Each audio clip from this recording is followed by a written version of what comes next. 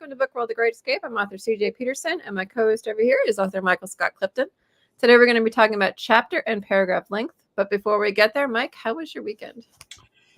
It's been a good week. My Lone Star Literary Life blog finished on Thursday of last week, and I got some great reviews out of that, and sold a bunch of online books, more than I've ever sold in a short period of time, and I think it's part of it is it's a good book and it's about fairies. Pringle Prawn was what the book blog review tour was about, and I think fairies are popular now in literature and movies and things like that. And anyway, man, it was great. Like I said, the best online sales I've had in for any book I've published so far.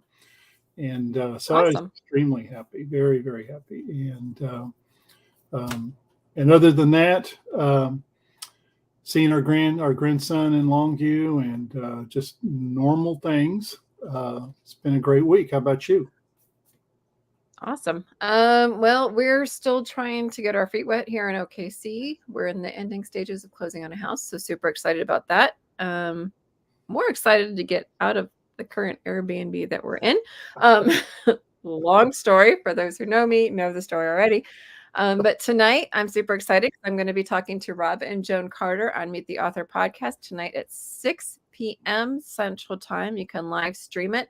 If you go to my Facebook page, it has the links listed on how to find it. There are 3 options that you can check it out for. And then November 10th, I'll be talking to the amazing DC Gomez on her In the Minds of Authors podcast. So there's a couple of things coming up. The biggest one is the move. It was a progressive move here, so it's going to be a progressive move in. I have been slightly lighting a fire underneath our lenders to get them moving a little quicker. It's fun. Getting used to it has been nice. It's a new city. It's not like it's a bigger city, but with less people than like Houston area. Does that make sense? Yeah. So like centralized, it's a really good size along with all the outskirts. But the amount of people is less, and the way they set up the city was actually really nice too. One thing I did learn since living here is that food is like at the top of everybody's list. They can tell you thousands of places to eat around here, and they literally have everything somewhere. So it's whatever you like, it's here. It's kind of neat. But tonight we're going to be talking about my release in September, which is Tested by Fire. It was released a couple weeks before Pringle Prawn was.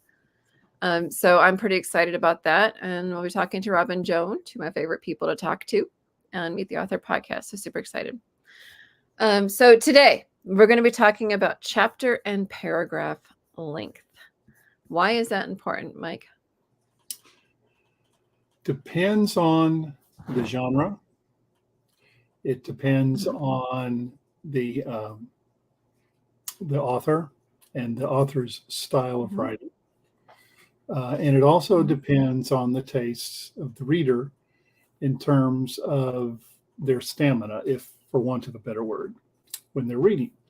And as you know, CJ, we both write fantasy. Fantasy tends to be wordier, the books have, more pages, are bigger than, say, a cozy mystery or a thriller or something like that. So, or a romance novel. So, so chapter length and paragraph length is directly related to, the content and the size of a book. Now, me personally, I subscribe to the James Patterson School of Writing. And James Patterson is the most popular author and has been for many, many years. And anyway, his books, the chapters are no more than 2 or 3 pages long. If you get a chapter that's 4 pages in length, it's a rare one. In fact, a lot of his chapters are only 1 page or maybe a page and a half. Seriously? And yes. hmm Even of course, now he doesn't write um, his books anymore. He ghostwrites. He has ghostwriters do it, although he does still write his Alex Cross books. But even those books that are being co-authored by these ghostwriters follow the same pattern. The chapters Mhm. are short, and also the paragraphs are not big. They're not. They don't start at the top of the page and go halfway to the bottom. Paragraphs are pretty condensed. Mhm. And while I do not subscribe to, when I say I subscribe to the James Patterson School of Writing, while I like the shorter lengths of chapters, mine typically are 5 to 6 pages long. That's the length of my chapters. I don't like long, drawn out paragraphs, Mhm. uh, but I do. I'm not like Patterson in that they're extremely short, or the paragraphs are 2 sentences long or something like that. And the reason I do that, and I'm assuming it's the reason why Patterson's popularity got him where he is today, is because I think we live in a day and time where people's attention spans are shorter and shorter and shorter, and they want you to get to the point faster, not not don't draw it out. And I think that a lot of readers are the same way, in that they may invest time and energy in a book, an author, but they may not invest time if your chapter is going to go 10, 15. I've read some books, and mostly fantasy, but I've seen others as well, where the chapters are 20 or 30 pages in length. And you've probably read those, CJ, where you keep searching, you're reading along, right? And you're Mhm. searching for a point to end it. So you Yeah. can, stop there, mark your place, close the book and go about and do something else. And you can't find a spot because, you know, I kind of think there's a little bit of an in between, though, right. between super short and super long. You know what I mean? Yes. When it comes to chapter length, mine tend to be between, I don't know, 10, 12 pages, somewhere in there, because I set the scene of That's each one. probably normal. That's probably the normal, I would say. Normal. That's I normal. set the scene for it. We do the scene, and then the scene ends, and you move on to the next scene. Sometimes there's multiple scenes within the scene. I try to keep my paragraphs to about 3 to 4, unless it's obviously a conversation you're going to have back and forth. What I don't care for are like the 1 and 2 word sentences that are like boom, boom, boom, boom, boom, because it's just kind of almost inundated. Does that make sense? With information really fast. It's not a flow to it. But then some of them can be just super long. Like I saw one book where the paragraph was 1.5 to 2 pages long. The paragraph. So, there is some in between in there. You don't want to like drain your reader, but you don't want to like smack them either, which is what I kind of consider those ones that are like 1 and 2 word sentences that are like boom, boom, boom, boom, boom, boom, boom. So there is an in between to them. Well, when you're writing dialogue, okay, Hmm. when you're having That's dialogue good. between two characters, that is different, because you can do boom, boom, boom, boom, boom, and you actually want that because you don't want something interfering with the flow of this back and forth between your characters. I think there's a place for the one sentence paragraph Hmm. if what you're doing is trying to draw attention and emphasis to the importance of that very short sentence or phrase. But if Yes. you do it over, and like you were saying, if you do it over and over and over again, it's like a callus. You develop a callus to it as a reader, and doesn't really have the impact to you as a reader that it did before. So you have to parse it out and use it in strategic places when you want to draw attention to a short phrase or sentence. My paragraphs, if I have a paragraph that's more than 5 or 6 sentences long, that's a Mhm. rare one. Mine are generally 3 to 4, sometimes maybe 5, but I try not to have uh, paragraphs that fill up half the page because I think it interferes with the flow of your story. And I don't care what genre you use. And if you like the one you described that was a page and a half long, I don't know how that works in any genre, no matter how good the author. I just No, but some people, like I said, I don't understand it. Um, if I have one that's long, it's because somebody is doing a speech of some kind. I have okay. done that before, where it was a short speech, but it was enough of a speech that they needed to, make sure to keep it enclosed into one. You can, if you're writing dialogues, you can just leave off the quotes at the end, start the quotes at the beginning, and continue Mhm. same Right. quoting. Sometimes what I'll do between those is an action of some kind, so people realize that yes, this is the same person still speaking. Um, make sure that they know who is speaking when they're speaking. But generally, I try to keep it, like I said, about 3 or 4 sentences long, no less than two is Yeah. a general rule of thumb. Unless it's a dialogue, because a dialogue's different. Let's just face it. Right. That's just not the same thing, period.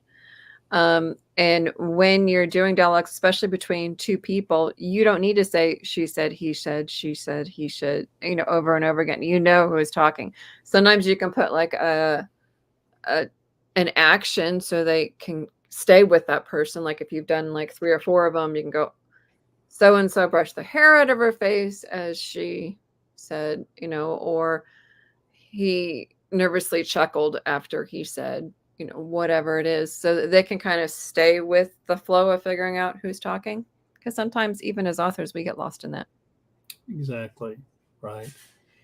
The uh, the the purpose of the story, no matter what the genre, again, is to tell it to the reader in the Mhm. most captivating and interesting way possible. Mhm. And It's, you it's know the you show, don't tell. right. Oh, and yeah, yeah.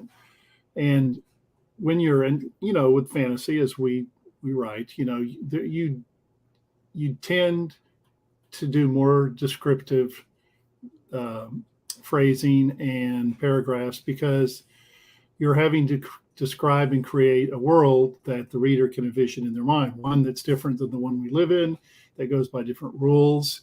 Mhm. And that takes more time because everybody's familiar with the present day and time. You don't have to go back and describe what a car is or what an airplane is, or what a swimming pool is or something like that. But you don't have that luxury when you're writing fantasy often. So it does tend to be a little wordier.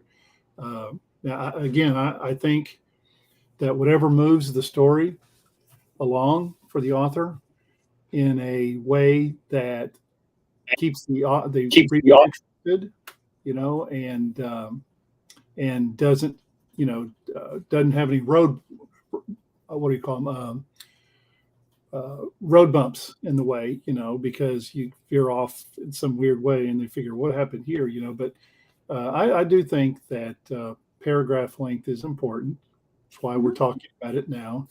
And I also think that that chapter length is related to that as well. Um, Mhm. I mean, I'm trying to think. Maybe you have a book in mind, but I'm trying to think the last book I read that really held my interest, which was longer than 10 or 15 pages long chapter, and I just can't come up with one. But I can come up with a plenty that were either in the range you were talking about, 10 to 12, or even less than that. Yeah, like I said, a lot of times it's a matter of setting stuff up. Um, and you can set stuff up in the middle of the scene as well. It just depends on how you do it, and you have to be creative about doing it. Um, when it comes to too long of a chapter, like you said, or chapter breaks, because sometimes there are breaks within the chapter that you can stop at, as opposed to just, Yes. finishing the entire chapter. That's a thing too. So it depends on what's going on and whose point of view you're looking at, and you know what's literally going on in the thing, because sometimes your scene needs to be split up into 2 chapters or 3 chapters. Not every scene has to be locked into just one chapter. Exactly. And you don't want to give, I mean, when you're writing, I mean, when you're the author, you want the reader to want to go to the next chapter to see what's happening, to see what's going on. So if you give the story away in one chapter, Mm-hmm. okay, when you could have parsed it out over 2 or 3 chapters, as you were saying, you're actually kind of hurting yourself, because again, you want to build a anticipation for the reader, and when they get to the end of the chapter, you don't want them to stop there. You want them to keep going. Exactly. And so, like I said, don't give away the whole store in one chapter, especially if you can parse it out and not have really, really long chapters. Mm-hmm. Well, and like I said, and don't make them too short either, because I don't. Have you ever read? There was one book that I read where they were like one-line sentences, and it wasn't dialogue, for a page or 2, and I almost felt like I was getting kind of slammed at. You know what I'm talking about? That sounds weird. So I would say, if you're You know doing what I'm talking sentence about, though? chapters, it's too short. Yes. Yeah, because it's like if it's not dialogue and you're just doing 1 word or 2 word sentences, you're almost slamming the reader, because at the end of a sentence they have to stop, or the end of a paragraph they usually take a breath and then move on to the next paragraph. But if you don't have time to breathe, it's very jarring, I guess is the word Yeah. I'm looking for. We're told that the people who are, that produce books and famous authors and stuff, we're told that you don't want to leave a book, the ending of a book, with a cliffhanger, even if it's a series. No, I don't agree with that. Well, I think the point they were making on that is that you don't want to leave the book with the reader being dissatisfied with the way that you ended it. I guess would be a better way of saying that. I mean, okay, let me ask you about that. We're talking about the ending. We just kind of bunny trailed, but that's okay. The ending of a book in a series, and say it's book 1 or 2 of 3. I don't find anything wrong with leaving it on a cliffhanger. How many times have you seen a show or watched a movie and it's the first or the second one in like a 3-part thing? They're going to be cliffhangers. So why is it not okay for an author to do that, but it's okay for a movie or a show to do that?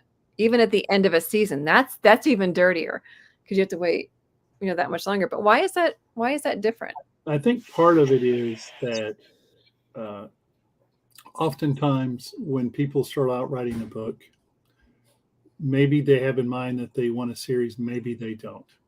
Mm-hmm. But when they when they get toward the end of the book, maybe they get the idea in their head.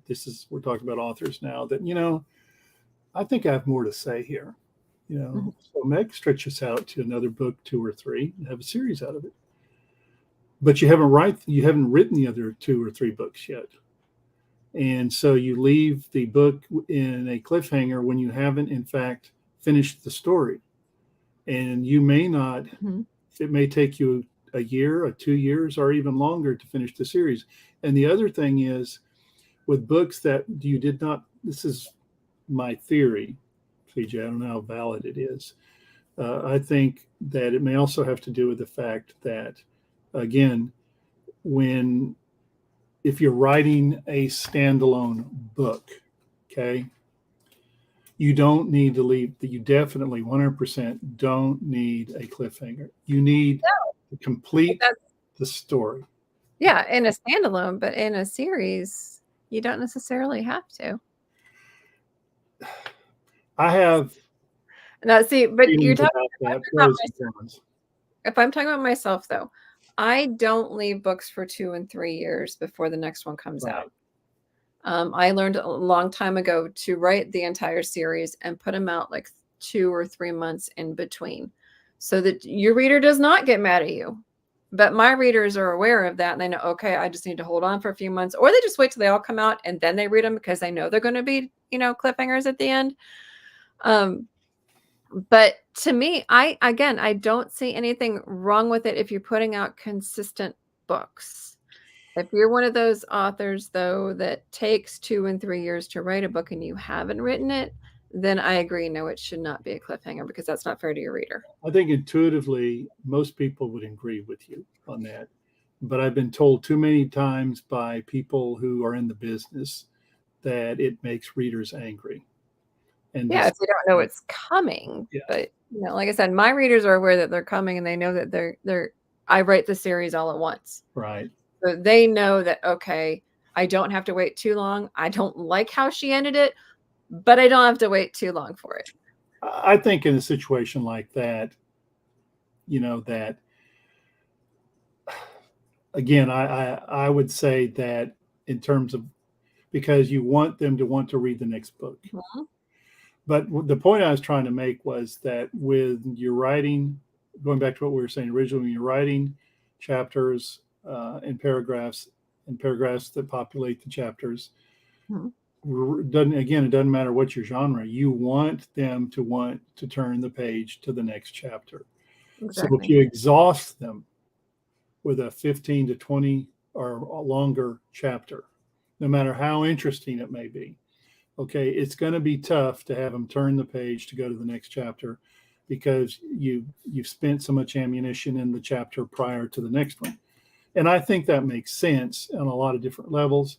And I think, depending on the author, depending on the genre, you have to have a balance between Mhm. what's too long and too short. And I think that's going to vary because between the both of us, between you and me, our chapter lengths vary. Our paragraph lengths sound kind of similar, but our chapter lengths. But if it works for you and if it works for me, then don't change. I mean, Mhm. but again, I've seen very few authors. And here's the thing, CJ, and I know we're kind of veering off a little bit again. I think the Achilles heel, the problem with fantasy in general, okay, Mhm. is that too much of it it's too wordy. The books are too long. Mhm. Okay, there's too much said that's drawn out. We talk about paragraphs. Okay, why would you say in a full page what you could have said in the paragraph, in Mhm. one paragraph? Why would you say in a paragraph what you could have said in one sentence? And I think that a lot of science fiction and fantasy authors feel like that's what makes fantasy and science fiction. It's not just the world building. It's that you're kind of obligated to go into great length and describe and say everything. And I don't agree with that. And I think that's why there's not more people who like to read fantasy and science fiction. There, I said it. I think that's the reason No, why. and I totally agree with you on that. One way that I learned to combat that was writing a short story. Can you write a sci-fi or fantasy short story within 3,500 to 7,500 words? As in setting the world, setting a scene, and setting a short enough story with a beginning, middle, and an ending in 7,500 words. And I've done it. And that actually, I feel, has made me better at doing what I do because I've learned, it doesn't need all this flowery stuff. They can learn what the rest of this world looks like throughout the storyline. They don't need all of it at once. As a matter of fact, they don't want all of it at once. That's a data dump that they don't want to have to wade through. They want to get in the story. And if you're still data dumping and they can't get past the first page and a half, then you've already lost your reader and they're never going to read the rest of the story. I think you made an excellent point there, CJ. Writing short stories helps to make you a better writer. I don't care what your genre, because it forces you to parse your words, to Yeah. put in 3,500 to 7,500 words, for example, of story, complete from start to finish. It's Mhm. hard. It's not easy. I personally don't like to write short stories, but I've done them, and it has made me a better writer, among other things.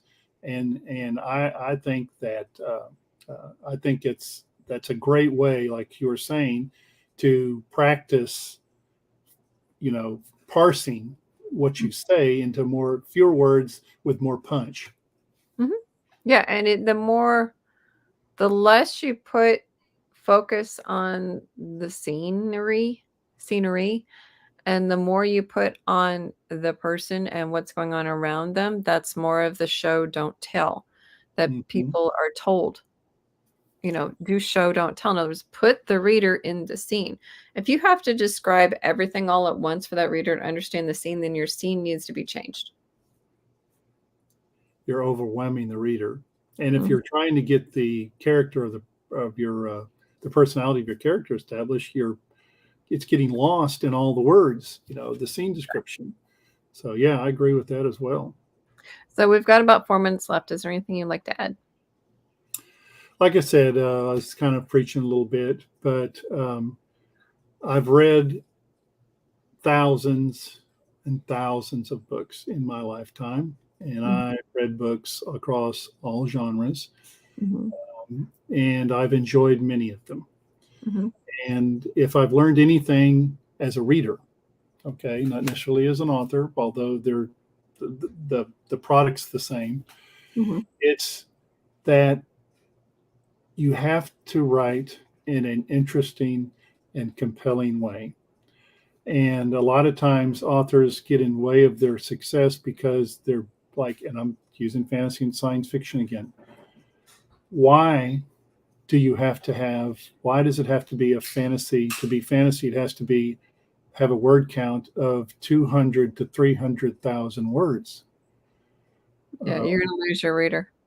I mean, well, you'll keep the old readers, the Mhm. ones who are used to that in science fiction and fantasy. But if you're mining for new readers, if you're trying to expand the genre and expand your readership, you're not going to do it because they're not going to hang around to read a 200 to 300,000 word count book. I'm sorry, they're not going to do it.